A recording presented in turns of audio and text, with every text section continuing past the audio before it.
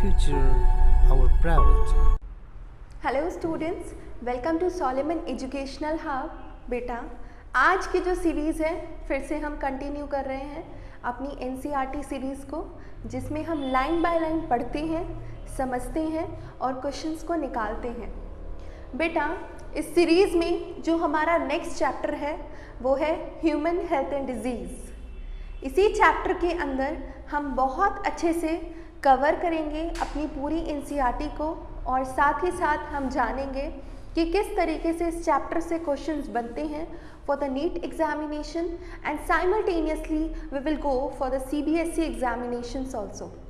So I hope आप सभी ready हैं मैम के साथ, और हम स्टार्ट कर रही हैं। बेटा, सबसे पहले जैसे कि मैम पढ़ाती हैं, सबसे पहले हमें यहाँ पर पीछे मेरे बने हुए हैं one of the great personality MS Swaminathan, जिनको फादर ऑफ ग्रीन रेवोल्यूशन भी कहा जाता है।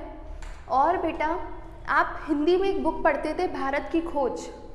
आई होप आप सभी बच्चों ने पढ़ी होगी भारत की खोज। तो वहाँ पर हमने क्या देखा था कि किस तरीके से हम चीज़ें जो हैं 1947 के बाद बेटा धीरे धीरे धीरे धीरे चेंज हुई हैं।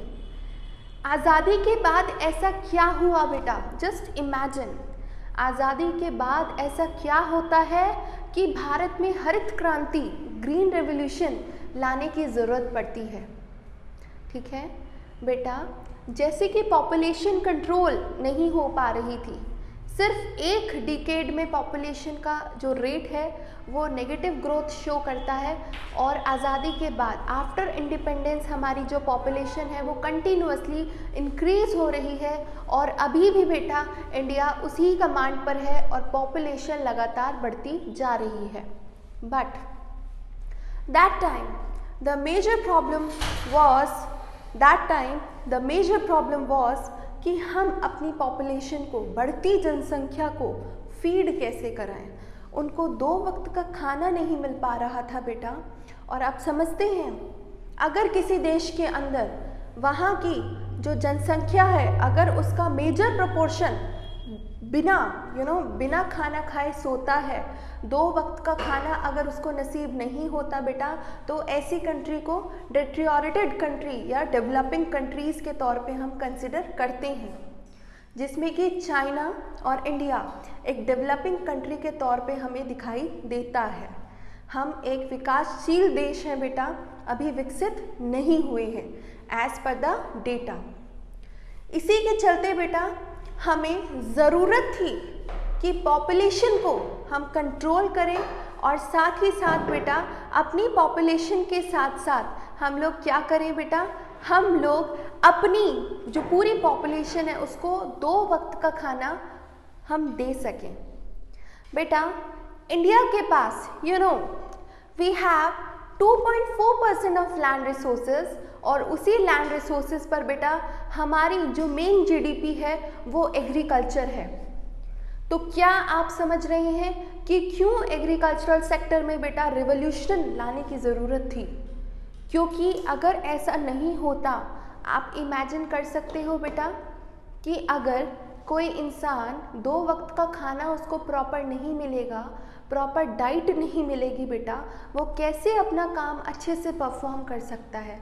उसकी प्रोडक्टिविटी भी कम हो जाएगा बेटा, और उसकी फिजिबिलिटी भी कम हो जाएगी।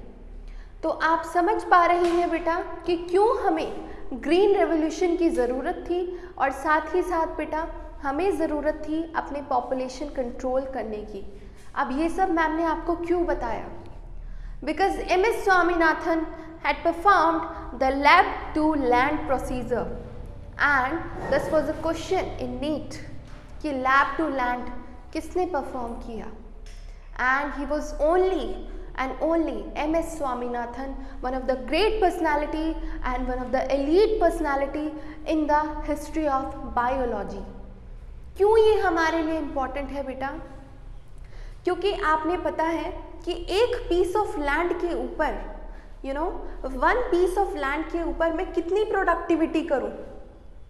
आप समझ रहे हो कैसे कर सकती हूँ बेटा? बेटर वेराइटीज़ को ग्रो करके, चाहे मुझे मक्का चाहिए, चाहे मुझे अनाज चाहिए बेटा, चाहे मुझे चावल की खेती करनी है, मुझे पैडी चाहिए, वीट चाहिए बेटा, कुछ भी चाहिए, whatever I want, I just want कि मेरा जो लैंड पर, जिस लैंड पे मैं अपना एग्रीकल्चर कर रही हूँ, मुझे वहाँ से एक प्रॉफिटेबल अकाउंट में, मुझे आप क्या चाहिए वहाँ पर, एक प्रॉफिटेबल चीज़ें चाहिए। और वो कैसे हो सकता है बेटा, मैक्सिमम प्रोडक्टिविटी से। तो इन्हीं प्रोडक्टिविटी के चलते बेटा इंडिया ने भी इसी दौड़ में खुद को शामिल किया और बेटर वेराइटीज़ को प्रोड्यूस करना स्टार्ट किया लेबोरेटरीज़ के अंदर। और जब वो वैरायटी, चाहे सोनालिका हो, चाहे कल्याण सोना हो, चाहे जया हो, चाहे रत्ना हो, जब वो वैराइटीज़ बेटा आती हैं, कहाँ आती है वो वैराइटीज़, जब वो वैराइटीज़ आती है बेटा लैंड के ऊपर, तो चीज़ें सडन से चेंज होती है। And that is the biggest step ever performed by the MS Swaminathan. बेटा आप समझेंगे कि हमने ये क्यों पढ़ा है, बिकॉज इस पे क्वेश्चन बनता है और आपको बहुत अच्छे से ये चीज़ें कवर करनी है। स्टार्ट करूँ? सब बच्चे रेडी हैं? 1 आवर की क्लास होगी बेटा, 7:52 हो रहा है, 8:50 पे मैं आपको फ्री कर दूंगी। क्लियर? चलिए स्टार्ट करते हैं बेटा। बॉर्न इन अगस्त, यस बेटा,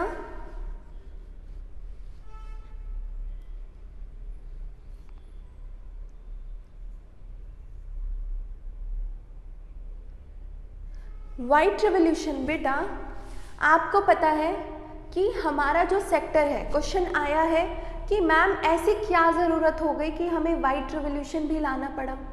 obviously it's a very good question. बेटा आपको ये भी पता है कि आज अमूल, आनंद मिल्क यूनियन लिमिटेड क्यों इतनी बड़ी ब्रांड है? जस्ट बिकॉज उसका नेम है, ऐसा कुछ नहीं है बेटा। इन एक्चुअल टर्म्स अगर आप जा कर के देखें तो हमारे यहाँ पर मैक्सिमम प्रोडक्टिविटी की जाती है मिल्क की। नेदरलैंड्स के बाद बेटा इंडिया भी उसी रेस में ऐड है और हमारा जो मेजर सेक्टर है एग्रीकल्चर सेक्टर, उसमें हम लोग लाइव स्टॉक को भी ऐड करते हैं और वहाँ पर क्या करते हैं, डेयरी फार्मिंग। क्योंकि बेटा आपको पता है ये सब कैसी एक्टिविटीज़ हैं, प्राइमरी एक्टिविटीज़ है बेटा, इस है ना। तो यहाँ पर हम लोग क्या देख रहे हैं कि हमारा 52% जितना भी GDP है वो कहाँ से आ रहा है, इन प्राइमरी एक्टिविटीज़ से आ रहा है। तो हमें ज़रूरत थी अपनी लाइफ स्टॉक को मेंटेन करने की, और अगर लाइफ स्टॉक मेंटेन कर रहे हैं तो क्यों कर रहे हैं बेटा? Obviously for the good dairy products, paneer हो, बटर हो, चीज़ हो, मिल्क हो, कर्ड हो बेटा, it's a very big sector और इंडिया में लाइफ स्टॉक का कल्चर रहा है। आप एंशियंट टाइम से देखिए बेटा, है ना, एंशियंट टाइम से देखते हुए आइए, जब से झुम कल्टीवेशन होता था उससे भी पहले आप देखो तो आपको पता चलेगा कि इंडिया कितनी एडवांस टेक्नोलॉजी यहाँ पर थी, कितने बेहतर कन्वेंशनल तरीके यहाँ पर थे कि हम लोग अपना फॉरेस्ट्री के साथ साथ अपनी लाइफ स्टॉक को भी मेंटेन किया करते थे। चाहे हम टाइम टू टाइम हमें ट्रैवल करना पड़े, माइग्रेट करना पड़े बेटा, है ना। तो ये सारे कॉन्सेप्ट को हम जानेंगे बच्चा पार्टी। इसी तरीके से इसी फील्ड में बहुत सारे रेवोल्यूशंस आते हैं, red revolution, pink revolution, oil revolution, golden revolution, बहुत सारे रेवोल्यूशंस आते हैं। ये हम पढ़ेंगे 1 बाय 1 करके, सारे रेवोल्यूशन मैं आपको पढ़ाऊंगी बेटा, ठीक है। अभी कंफ्यूज मत होइए, फादर ऑफ रेवोल्यूशंस भी हमें लर्न करने हैं। अभी जो हम मेन पढ़ रहे हैं MS स्वामीनाथन पढ़ रहे हैं, यहाँ पर आप डेट देख सकते हैं 1925। चलिए आगे चलते हैं बेटा। Born in August 1925 in Kumbakonam in Tamil Nadu, Monakambu Sambhavisyan Swaminathan did his graduation and post-graduation in botany from the Madras University। बेटा मद्रास से अपनी बॉटनी की जो उपाधि है, बॉटनिस्ट ये हैं बेटा, प्लांट्स में बहुत ज़्यादा इंटरेस्ट है बेटा, और ये अपनी पोस्ट ग्रेजुएट की डिग्री को मद्रास यूनिवर्सिटी से अचीव करते हैं। इन्होंने अलग अलग कैपेसिटीज़, अलग अलग सेक्टर में काम किया है बेटा, और साथ ही साथ डेवलप किया है बहुत ज़्यादा किनको बेटा, प्लांट ब्रीडिंग के मेथड्स को। तो यहाँ पर हम देख रहे हैं MS स्वामीनाथन किस तरीके से प्लांट फील्ड्स में अलग अलग तरीके से प्लांट ब्रीडिंग के एक्सपेरिमेंट्स को परफॉर्म कर रही हैं, अलग अलग सेक्टर में बेटा वर्क कर रही हैं। हम ये जानते हैं बेटा कि दैट टाइम हमारे पास लिमिटेड लैंड है, कैसे हम अपनी लैंड पे भाई मैक्सिमम प्रोडक्टिविटी करें, हम कैसे मैक्सिमम आउटपुट निकालें, इस चीज़ को सॉल्व किया MS स्वामीनाथन ने। देखते हैं कैसे। The School of Cytogenetics and Radiation Research established at the Indian Agriculture Research Institute IARI। बेटा बहुत इंपॉर्टेंट एग्जाम होता है IARI, क्या आप भी दे सकते हैं। Indian agriculture research institute ICR करके एग्ज़ाम होता है, आफ्टर 12th ये एग्ज़ाम होता है, जिसमें चूज़ किया जाता है मेरिट बेसिस पे उन बच्चों को जिनका इसमें सिलेक्शन होता है। चलिए आगे देखते हैं बेटा। Enabled Swaminathan and his team to develop short duration high yielding varieties of rice including basmati. देखो बेटा क्या लिखा है यहाँ पे, short duration high yielding varieties of rice. बेटा बहुत ही कम टाइम में मुझे आप ऐसी वैरायटीज़ ला करके दे दीजिए जो क्या हो, जिनको मैं बहुत तेज़ी से ग्रो करा सकूं और मुझे मैक्सिमम आउटपुट मिल सके। भैया हमें नहीं करना वेट, ठीक है। तो इन्हीं वैरायटीज़ के ऊपर काम कर रहे थे MS स्वामीनाथन। बेटा ये क्वेश्चन बन सकता है कि one of the famous strain of rice basmati के ऊपर भी वर्क किया है MS स्वामीनाथन ने। बेटा इनकी जो अलग अलग development of concept of crop cafeteria, crop scheduling, genetically improving the yield and quality, इन्होंने बताया कि किस तरीके से जो हमारी क्रॉप्स हैं, चाहे खरीफ क्रॉप हो, राबी क्रॉप हो, जायद क्रॉप्स हो, किस तरीके से बेटा हम मैक्सिमम आउटपुट निकाल सकते हैं, कैसे हम रिसर्च में बेटा ऐसी वैरायटीज़ को बना सकते हैं जो हमारे लिए बहुत इम्पॉर्टेंट है। फॉर एग्ज़ाम्पल पंजाब में आप देखिए बेटा कितनी ज़्यादा एक्सेसिव एक्सप्लोटेशन किया गया है, किसका लैंड का, कितनी ज़्यादा खेती की हुई है वहाँ पे राइस की। बेटा यूजुअली अगर हम बात करें तो पैडी फील्ड्स जो होते हैं वो हमारे नॉर्थ ईस्ट वाले इलाकों में होते हैं। नॉर्थ ईस्टर्न जितनी भी स्टेट्स हैं ना, वहाँ पर पैडी को ग्रो किया जाता है, क्योंकि बेटा वहाँ पर लगातार कंटिन्यूसली रेनफॉल होती रहती है, क्योंकि पैडी के लिए बेटा आपको बहुत ज़्यादा वाटर की रिक्वायरमेंट्स होती हैं। तो इस तरीके से आप समझ रहे हैं, अगर बेटा पैडी को हम ऐसी जगह पर ग्रो करेंगे जहाँ पर वाटर की डेफिशिएंसी है, तो हमारा आउटपुट कभी भी पॉजिटिव आ ही नहीं सकता। तो हमें अपने क्लाइमेट के अकॉर्डिंग, हमें अपनी सॉइल के अकॉर्डिंग अपनी क्रॉप को चूज़ करना पड़ता है। साथ ही साथ हमें ऐसी जेनेटिकली रिसर्च वेराइटीज़ को यूज़ करना पड़ता है बेटा जो हमारे लिए मैक्सिमम आउटपुट को दे सके, जिससे कि हम अपनी इंक्रीजिंग पॉपुलेशन को फीड करा सकें।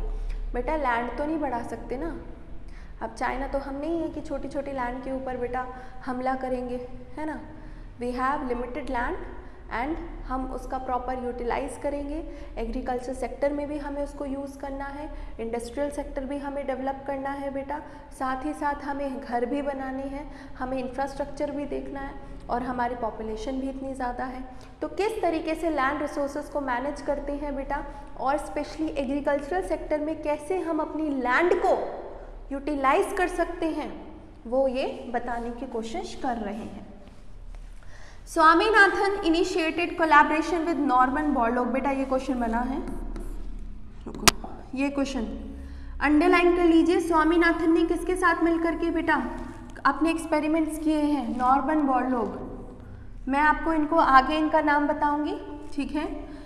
Culminated in the green revolution. अगर बेटा फादर ऑफ ग्रीन रेवोल्यूशन की बात करूँ तो वो है नॉर्मन बोरलॉग।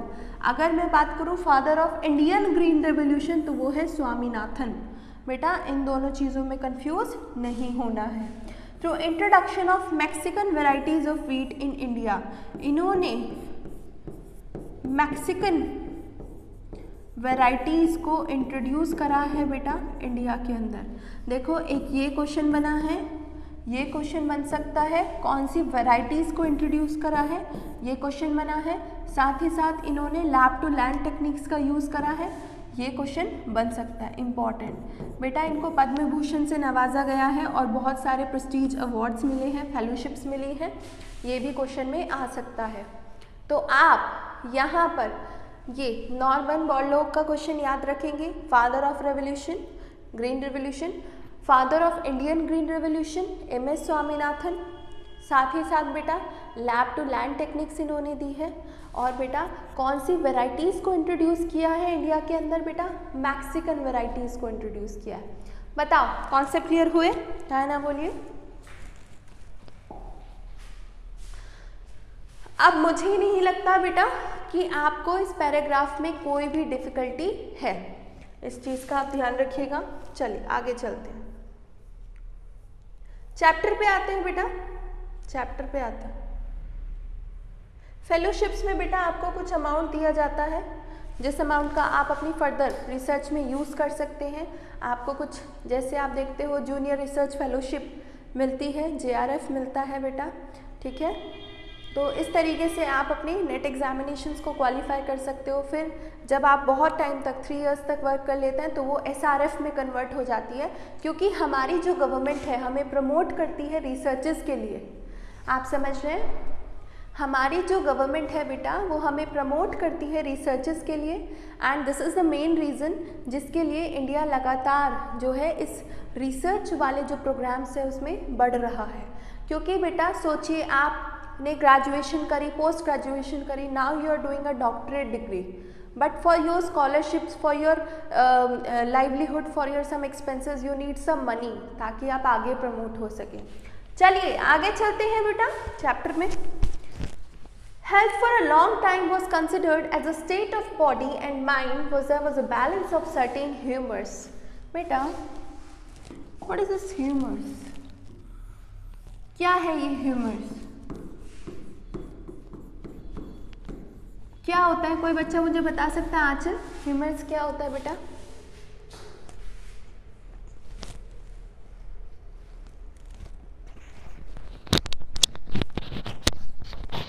क्या होता है ह्यूमर्स?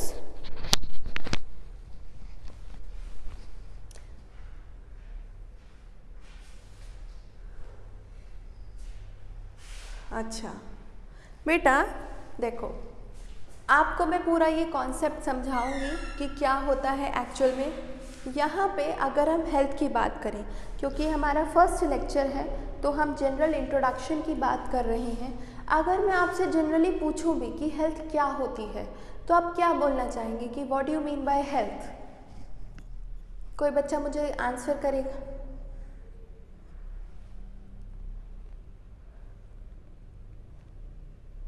अच्छा निधि बोल रही है मैम, जो फिजिकली फिट होता है, जो मेंटली फिट होता है, जो फिजिकली फिट होता है, मेंटली फिट होता है मैम, उसको हेल्दी बोलते हैं और बाकी सब अनहेल्दी है, ऐसे? सोशल, अच्छा अच्छा मुझे ये बताइए, अगर कोई बच्चा है वो सोशल नहीं है, उसका मन नहीं है भाई सोशल होने का, तो वो हेल्दी नहीं है?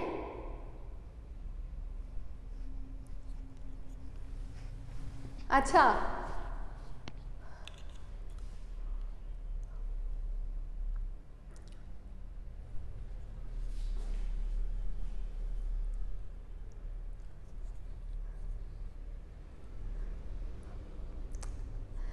मेरे बच्चे साइकोलॉजी पढ़ रहे हैं, wow what amazing amazing.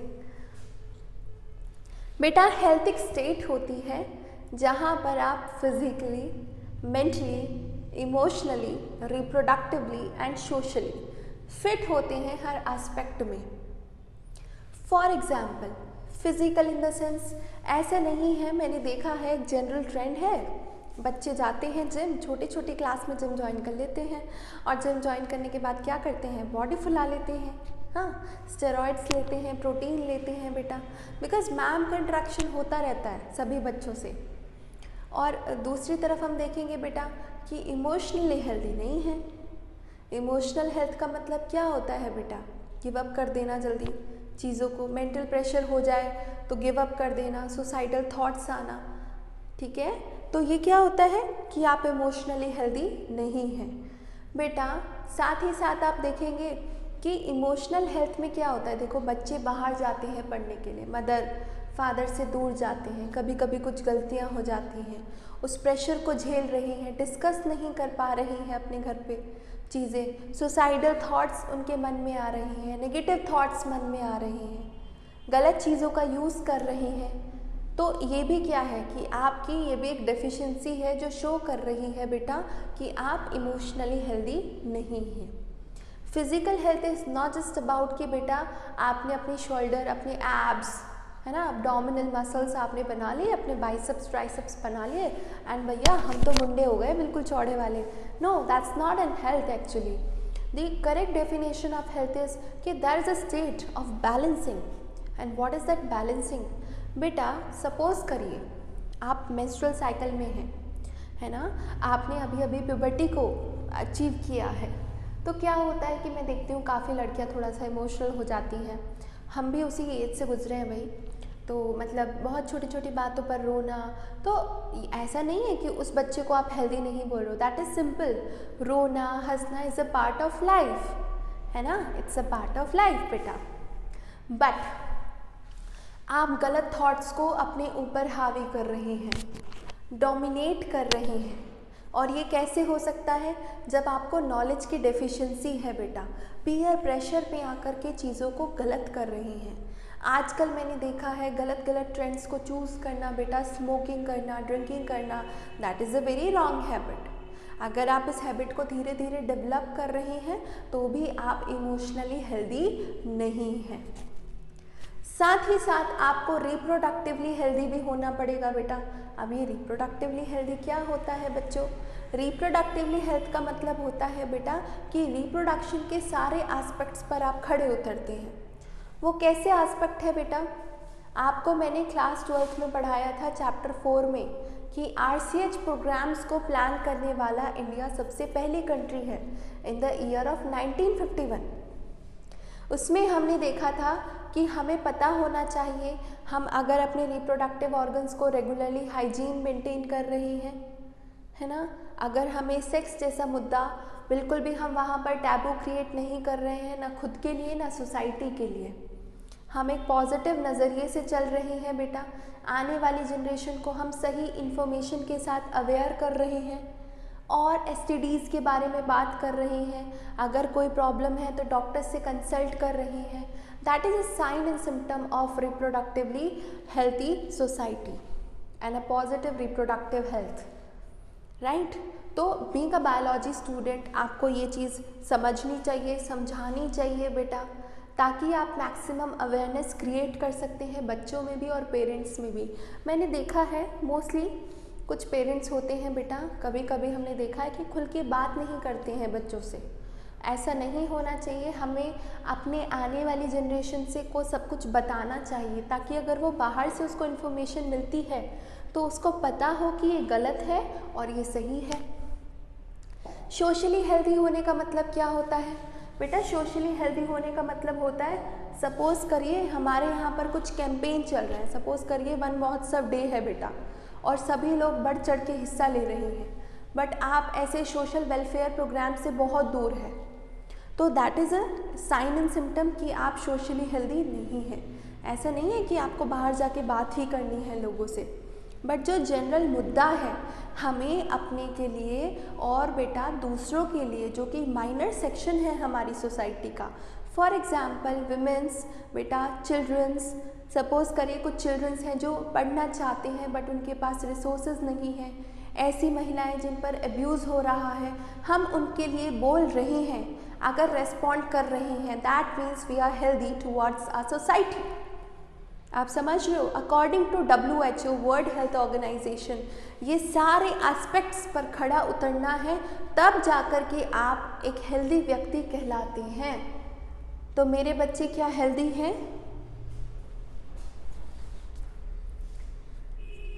Very good, सभी बच्चों के answer. Why you are not healthy guys, tell मी।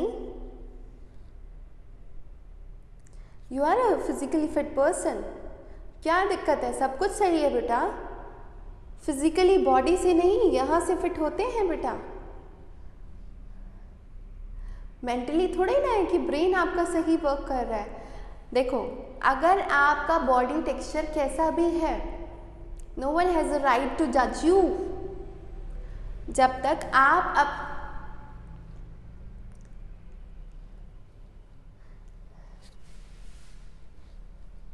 क्या आपको वो कॉन्फिडेंस होना चाहिए कि मैम के साथ आप सारी बातें डिस्कस करें। बेटा, पेरेंट्स के बाद टीचर्स ही होते हैं जो आप बच्चों की प्रॉब्लम को सॉल्व कर सकते हैं। तो आपको कोई भी प्रॉब्लम होती है तो आप अपने टीचर से जाकर के कंसल्ट कर सकते हैं। तो यहाँ पर क्या बताया बेटा? यहाँ पर बताया गया है कि बेटा health for a long time was considered as a state of body and mind. आपकी बॉडी और आपकी माइंड का बैलेंस ऑफ सर्टेन ह्यूमन। बेटा, ये कहा जाता था, ह्यूमर्स मतलब होता है लिक्विड। ग्रीक में ह्यूमर्स को लिक्विड कहा जाता है। तो आपकी बॉडी में बेटा अगर प्रॉपरली, लिक्विड्स कुछ भी हो सकता है, जैसे आपका ब्लड प्योर होना चाहिए, आपके हार्मोन्स रेगुलेटेड होनी चाहिए ताकि आपका टेम्परेचर मेंटेन रहे, आपकी बॉडी रेगुलेटेड रहे, आपकी बॉडी के अंदर इलेक्ट्रोलाइटिक बैलेंसेस होने चाहिए। तब जाकर के आप बोलेंगे इलेक्ट्रोलाइटिक बैलेंस मतलब आपको 4 ग्लास पानी पीना है, 4 लीटर पानी पीना है। किस तरीके से आप अपनी बॉडी को बैलेंस कर रहे हैं, ये सभी चीज़ यहाँ पर हम देखते हैं। This is what early Greeks like Hippocrates as well as Indian Ayurveda system of medicine asserted। बेटा, आपको पता है कि ग्रीक में और जो ग्रीक से भी पहले यहाँ पर आपको बताया गया है कि डॉक्यूमेंटेड फॉर्म में कि ग्रीक में सबसे पहले मेडिसिन के बारे में बताया गया, बट नहीं, हमारे जो पुराने इंडियन आयुर्वेदास हैं बेटा, आप जो संहिताज हैं, चाहे आप सुश्रुत संहिता के बारे में पढ़ें, चाहे आप चरक संहिता के बारे में पढ़ें, किस तरीके से सुश्रुत ने राइनोप्लास्टी, नोज़ की सर्जरी के बारे में बताया, आपको ये पता होना चाहिए। किस तरीके से बेटा चरक ने क्या बताया है, आयुर्वेदा के बारे में बताया है। किस तरीके से पाणिनि ने पतंजलि के बारे में बताया है। किस तरीके से हमारे देश के अंदर योगिक साइंसेस, जो कि आज रशिया, ऑस्ट्रेलिया, यूएसए हर जगह पढ़ाई जाती है बेटा। That is the biggest discovery of India and we should proud on ourself कि हम लोग इंडिया का पार्ट हैं। हमें मौका मिला है, हमें भारत जन्मभूमि पे पैदा होने का हमें मौका मिला है बेटा। तो ये बहुत ही गर्व की बात है। ये वही देश है जहाँ पर सबसे पहले आयुर्वेदा के बारे में बताया गया, सबसे पहले सर्जरी के बारे में बताया गया, सबसे पहले यौगिक साइंसेस आई हैं जो पूरी दुनिया भर में फैल चुकी हैं। आप समझ रहे हो? हाँ या ना बोलिए। वेरी गुड बेटा, वेरी गुड। सारे बच्चे मेरे जोश में आज तो क्या बात। चलिए, सिस्टम ऑफ मेडिसिन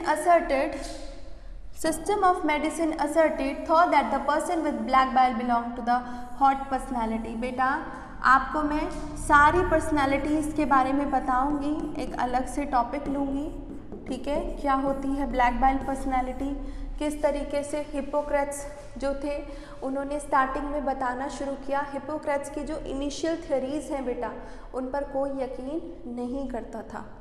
स्टार्टिंग में उनको बहुत ज़्यादा क्रिटिसाइज़ किया गया है उनके थॉट्स के लिए। जो उनका थॉट प्रोसेस था वो ये था कि हमारी बॉडी के अंदर जो चीज़ें चल रही हैं उसके लिए एनवायरमेंटल फैक्टर रिस्पॉन्सिबल होता है, और साथ ही साथ हमारी मेंटल जो कंडीशन है वो हमारी बॉडी के ऊपर डिपेंड करती हैं। पुराने टाइम में लोगों का मानना था बेटा कि there is a power of God, right. और अगर हम लोग उनको नाखुश कर देंगे तो हमें कुछ हो जाएगा, कुछ गलत हो जाएगा, हमारी जो बॉडी है वो अपनी स्टीडी स्टेट को खो देगी, राइट। ये सब स्टोरीज इनिशियल थ्योरीज है बेटा, आपको पढ़ने का मौका मिले तो आप पढ़ना, बहुत इंटरेस्टिंग थ्योरीज है बेटा। एक क्वेश्चन आ चुका है नीट में, ये क्वेश्चन आज, हाँ मैं बताऊंगी ब्लैक बाइल पर्सनालिटी बेटा, पूरा आपको बताऊंगी, डोंट वरी। अलग अलग बाइल्स के बारे में भी मैं बताऊंगी। एक मिनट बेटा, पहले ये क्वेश्चन नोट करिए विलियम हार्वे वाला, उसमें टॉपिक खींचेगा काफ़ी अच्छा खासा। William Harvey, father of blood circulation. कोई बच्चा मुझे बता सकता है कि फादर ऑफ ब्लड ग्रुप्स कौन है? किसने डिस्कवर किए हैं अलग अलग ब्लड्स? वेरी गुड बेटा, कभी भी आप कार्ल लैंडस्टीनर नहीं बोलेंगे। कार्ल लैंडस्टीनर और एक्चुअल में उनके दोस्तों ने एट एल, जिनको हम कहते हैं। Very good very good.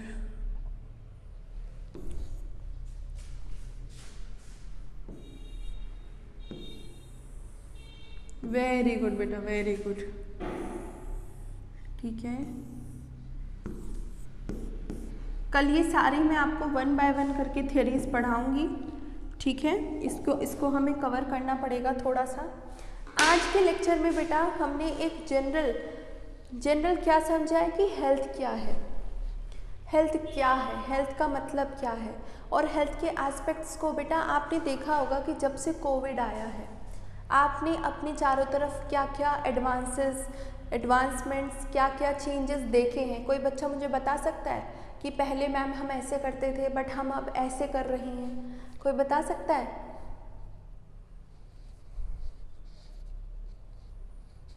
सबसे बड़ा एडवांसमेंट टेक्नोलॉजी में है बेटा, मेडिकल साइंसेस में है। बहुत अच्छे बेटा, आप लोग एक जनरल टर्म में भी देखिए कि जो हमारी जितनी भी एपिडेमिक्स होती हैं, है ना, पैंडेमिक्स होती हैं बेटा, ये ऐसा क्यों हो रहा है कि बार बार हर साल हमें एक नई बीमारी का सामना करना पड़ रहा है ना? चाहे बेटा कोई बायोलॉजिकल वेपन हो। हमारे जो CDS हैं, विपिन रावत, जो फर्स्ट CDS हैं हमारे, आपने देखा बेटा कि किस तरीके से वो शहीद हो गए हैं, और ये भी आपने देखा कि उन्होंने सबसे पहले हमें हमारे देश को बताया था, बहुत ज़्यादा कंट्रीब्यूशन उनका रहा है कि किस तरीके से हमें खुद को रेडी करना चाहिए आने वाली बायोलॉजिकल वार्स के लिए। बायोलॉजिकल वार का मतलब होता है बेटा कि हम कोई भी माइक्रो ऑर्गेनिज्म को, उसके DNA को कुछ इस तरीके से मॉडिफाई करें कि वो इतना ज़्यादा पैथोजेनिक हो जाए और एक्सेसिव अमाउंट में बेटा क्या करें, हमारे देश को, हमारे आसपास के लोगों को इन्फेक्ट करें, ताकि पॉपुलेशन पर इफ़ेक्ट आए, इकोनॉमिकल इफ़ेक्ट्स आए बेटा, और क्राइसिस मच जाए। जिस तरीके से आपने देखा एक छोटे से वायरस ने कैसे पूरी दुनिया को हिला दिया। आप समझ रहे हैं कैसे हम सब लॉकडाउन हो गए, कैसे हमें स्किप होना पड़ा बेटा ऑफलाइन से ऑनलाइन क्लासेस में। तो आप देखिए बेटा, ये जो बायोलॉजिकल वेपन्स हैं ये सबसे डेंजरस वेपन्स माने जाते हैं। चाहे आपका बैसिलस एंथ्रेसिस हो बेटा, एंथ्रेक्स की जो बीमारी करता है, ये भी एक बायोलॉजिकल वेपन है जो बायोलॉजिकल वार में यूज़ किया जाता है। तो हमारे जो CDS थे बेटा, उन्होंने बताया कि हमें अपनी जितनी भी वेपन्स हैं, जितनी भी वेपन्स हम इंपोर्ट करते हैं, एक्सपोर्ट करते हैं, वो तो करना ही है, साथ ही साथ हमें रेडी होने की ज़रूरत है अपनी आने वाले फ्यूचर जनरेशन के लिए कि हम खुद को प्रोटेक्ट कर सकते हैं किसी भी बायोलॉजिकल वॉर के लिए। आप देख रही हैं बेटा कि ये जो जूनोटिक डिजीज़ेज़ हैं, जूनोटिक डिजीज़ भी बढ़ रही हैं और साथ ही साथ हेल्थ सेक्टर भी एडवांस होता जा रहा है। हेल्थ सेक्टर का एडवांस हो,